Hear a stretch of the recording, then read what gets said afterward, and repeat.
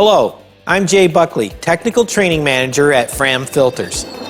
Welcome to the first video for the 2011 Fram Challenge. This video will focus on what we call oil filter anatomy. We're going to take you through the components of an engine oiling system and then the oil filter, showing you how they work and how they're made. We'll also compare several types of oil filters so you can clearly see how one oil filter can differ from another. It all starts with the sump or oil pan. Oil is stored in the pan until the engine is started. When the engine begins to rotate, the oil pump is driven. The pump will draw oil up from the sump and push it through the filter. Since engine oil pumps are positive displacement pumps, they will build more and more pressure as engine speed increases. So they need a way to regulate the oil pressure. Most incorporate a pressure regulator valve into the block. This is usually a simple spring and plunger that will unseat at a predetermined pressure level and dump excess oil pressure back to the pan. Trust me, if this valve sticks, you can quickly develop engine-damaging levels of oil pressure. A telltale sign of this valve sticking is a bulging oil filter or a filter that has blown the O-ring out. After the filter, the bearings of the engine are fed oil under pressure. Residual oil will then drain back to the pan from the force of gravity. So let's talk about oil filters. Most people really don't know what's in the can. We know there's some kind of filter media, but what else? Let's start with the can. The can is actually stamped from flat steel stock, using a progressive series of dies to get to its final configuration. The can is made thick enough to prevent leaks and damage from road debris and thin enough to be lightweight. The next component is the tapping plate. This is the end of the can, and it's also the business end of the filter. The tapping plate contains the threads that hold the filter to the engine and a groove that holds the rubber square ring. It also has a series of holes where the oil enters from the oil pump. The large hole in the middle is the exit for the oil to go into the engine and lubricate the engine bearings. The next part is the anti-drainback valve. Some call it a flapper valve, but the correct terminology is anti-drainback valve. This valve may be made from nitrile rubber in standard filters or silicone rubber in premium filters. So what does it do? The anti-drainback valve is a one-way check valve. It allows oil to flow from the oil pump and into the filter can while the engine is running. With the engine running, it's open to flow. When the engine is shut off, it closes. Why? To keep the filter and engine oil passages full of oil and to prevent dry starts if the vehicle's been sitting for a while. Remember, the oil goes from the pump to the filter first, and there's no oil lubricating the engine until the filter and engine oil passages are full. Many oil filters may be mounted at angles to the engine, or positions that would allow the filter and engine oil passages to drain out overnight if they didn't have the anti-drainback valve. Not all filters will have this valve. If the filter mounts in a straight up and down vertical position in some engine designs, it may not be equipped with an anti-drainback valve. Next, let's discuss the real working part of the filter, the media cartridge.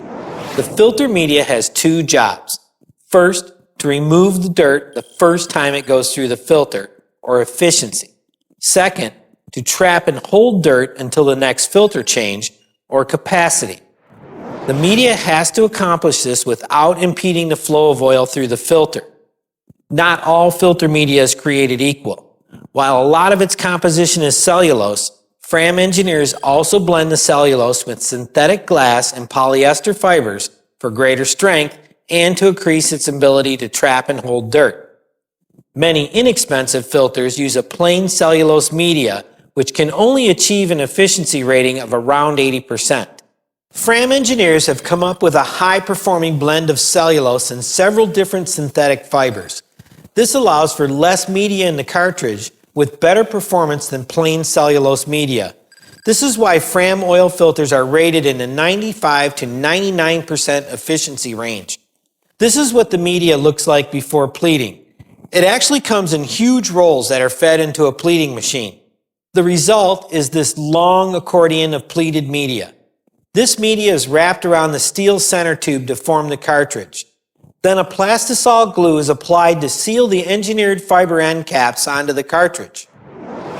Now, A lot of noise is made in the industry about what the best end cap material is. The end cap itself is not a structural element of the filter. It only serves to hold the glue that seals the ends of the media cartridge. Fram engineers began using engineered fiber end caps more than 45 years ago. They do this because they know that the bond of the glue is better when you're gluing two porous surfaces together. The Fram team has built over 2 billion filters this way. In video 2, we'll show you the hot oil testing that we do every day to prove out this technology. There are many vehicle manufacturers today that use similar technology, including Bentley, Honda, GM, and Subaru.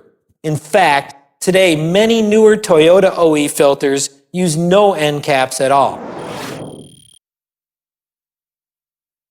The next part of the oil filter is the bypass valve or relief valve. This valve has two very important functions. The first function is making sure your engine has oil flow and pressure on a cold start. When your oil is cold, it can be very thick and resistant to flow. It may be too thick to actually flow through the filter media. When that happens, this valve will open and allow oil to get to the engine and lubricate the bearings. As the engine and oil warm up, it will close and let the oil go through the filter media. The second function is proper oil flow when the filter reaches its full capacity. All oil filters have a finite capacity to trap and hold dirt, which we'll discuss at length in video 2. When the filter reaches its full capacity, it loses its ability to flow oil through the media. The bypass valve will open and allow unfiltered oil to get to the engine bearings. This is not an ideal situation, but it's better than no oil at all. Why would this happen? Because the filter's been left on the car beyond its useful life. There are many factors in oil change intervals. These include driving style and trip length, quality of oil and filter used, and even frequency of maintenance since the car was new. What does that mean? A vehicle that has had a lot of short trip driving without regular oil and filter changes may have a lot of sludge internally. This can cause filters to become full faster than normal. And finally, the last part of the filter is the leaf spring. This spring exerts a force of over 70 pounds to seal the media cartridge against the anti-drainback valve. Now we'll give you a brief overview of the differences between several different types of oil filters. While many are familiar with the standard Fram ExtraGuard orange can, Fram also offers 3 other filters to suit different change intervals and driving styles. The Fram ExtraGuard is designed for 5,000-mile change intervals. It features a 95% efficiency rating and is designed to be used with conventional oil. The filter is built with cellulose and synthetic glass media and a sure grip bottom for easy removal and installation. Next in the lineup is the high mileage filter. This filter has the same benefits as the ExtraGuard, but with an added feature. It has a basket inside that contains a time-release gel that conditions and protects the oil in higher mileage engines. The anti-corrosive additives actually condition the oil and help maintain the pH balance on vehicles with more than 75,000 miles. This is no gimmick. This technology helps to increase drain intervals on heavy trucks. High mileage filters also feature sure grip for easy removal and installation. The next filter in the lineup is the Fram ToughGuard. This filter is designed for up to 7,500 mile oil changes and can be used with semi-synthetic or fully synthetic oil. This filter has a silicone anti-drainback valve for longer life. It also has more synthetic content in the media for a 99% efficiency rating. The last filter in the lineup is the Fram Extended Guard. Many of today's vehicles call for oil changes ranging from 7,500 to even 10,000 mile intervals when using fully synthetic oil. The Fram Extended Guard filter is the right filter to use with these extended intervals. Why? First, it uses a pleated steel media screen held in place by steel end caps.